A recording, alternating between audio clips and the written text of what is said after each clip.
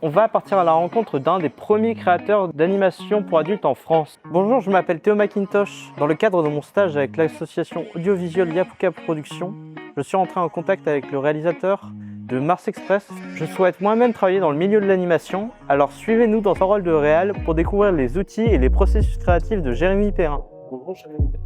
Bonjour. Tu as réalisé Last Man en 2016 et aujourd'hui tu sors ton premier long métrage de science-fiction, Mars Express. Peux-tu nous dire un peu plus sur le processus créatif derrière ce film ? Derrière Mars Express, en fait, il y a le désir de faire un film qui soit pas l'adaptation d'une BD ou d'un roman ou d'un jeu vidéo.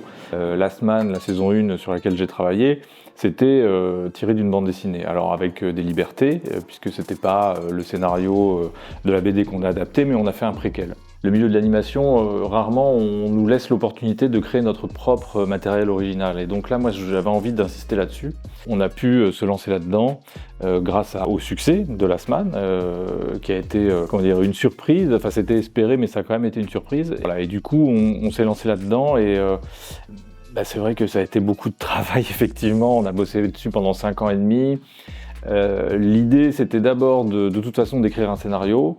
Le processus créatif, il est vraiment dans un dessin animé complètement subdivisé, hein. C'est du travail à la chaîne, donc si tu veux, c'est vraiment étape par étape. Et alors en premier lieu arrive donc effectivement le scénario, on écrit l'histoire, et moi je sais que c'est pas vrai pour tous les réalisateurs et les réalisatrices de dessins animés, mais moi, pendant que j'écrivais avec Laurent Sarfati, qui est le co-scénariste, je voulais pas dessiner du tout, le moins possible. Alors que lui, il aurait espéré que je dessine pour voir apparaître les personnages qu'on était en train d'écrire, ce que je peux comprendre. De me laisser aussi le temps de maturer le texte qu'on a pondu pour faire les premiers dessins. Mais donc une fois que le scénario est fini, le principe c'est que j'ai commencé à travailler sur ce qu'on appelle le character design des personnages. On fait des feuilles qu'on appelle des feuilles de modèles, des modèles sheets. Il y a ça, il y a des premières recherches de décors qui ont été faites par Michael Robert, qui était le directeur artistique du film. Tout ça, c'est de la pré-prod.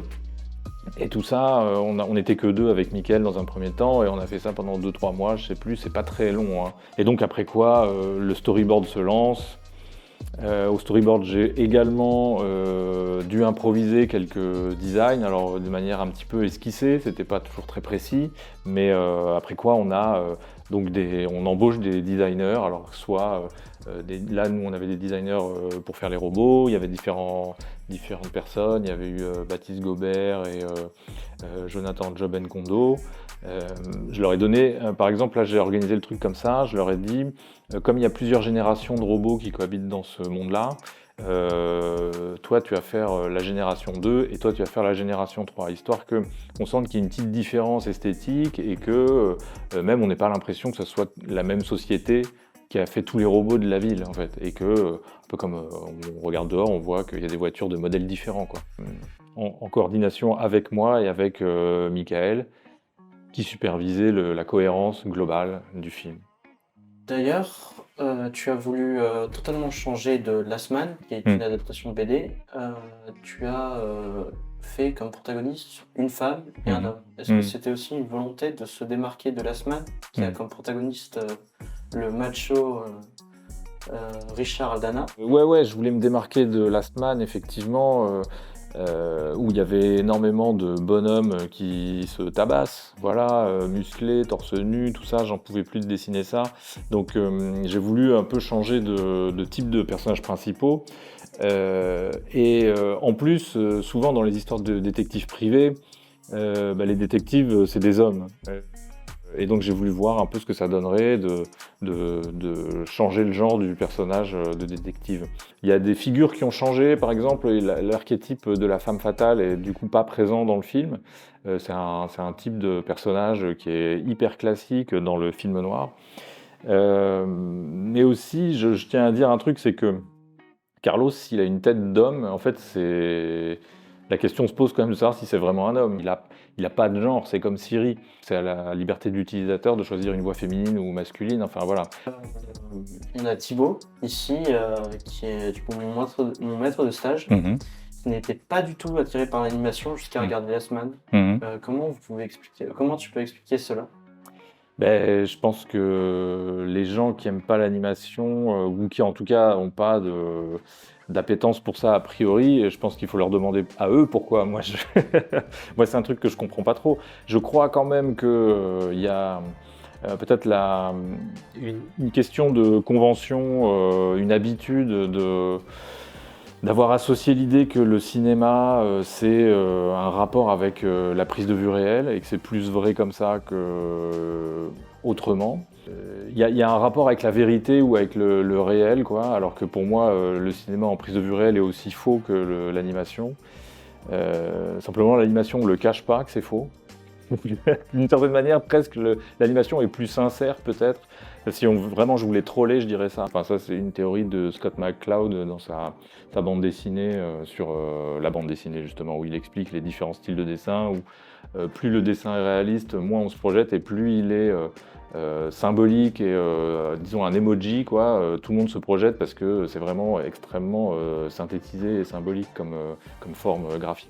Où est la place de la musique et des clips vidéo dans toute cette carrière? Bah, ça a été vraiment un tremplin en fait pour moi, parce que pendant longtemps j'ai essayé de faire des projets de série, donc je faisais des pilotes dans mon coin, mais un peu tout seul dans ma chambre, et en fait comme je connaissais mal les studios encore et le fonctionnement du système de l'industrie de l'animation en France, je faisais ça un peu dans mon coin et je savais pas trop à qui les montrer, qui convaincre, je connaissais pas les bonnes personnes. Mais à force de faire ce genre de truc, et ayant des amis qui avaient des groupes de musique, en leur montrant, au bout d'un moment, certains ont commencé à me demander mais ça te dirait pas de faire un clip pour moi et tout, et puis je me suis dit bah en fait ouais, pourquoi pas.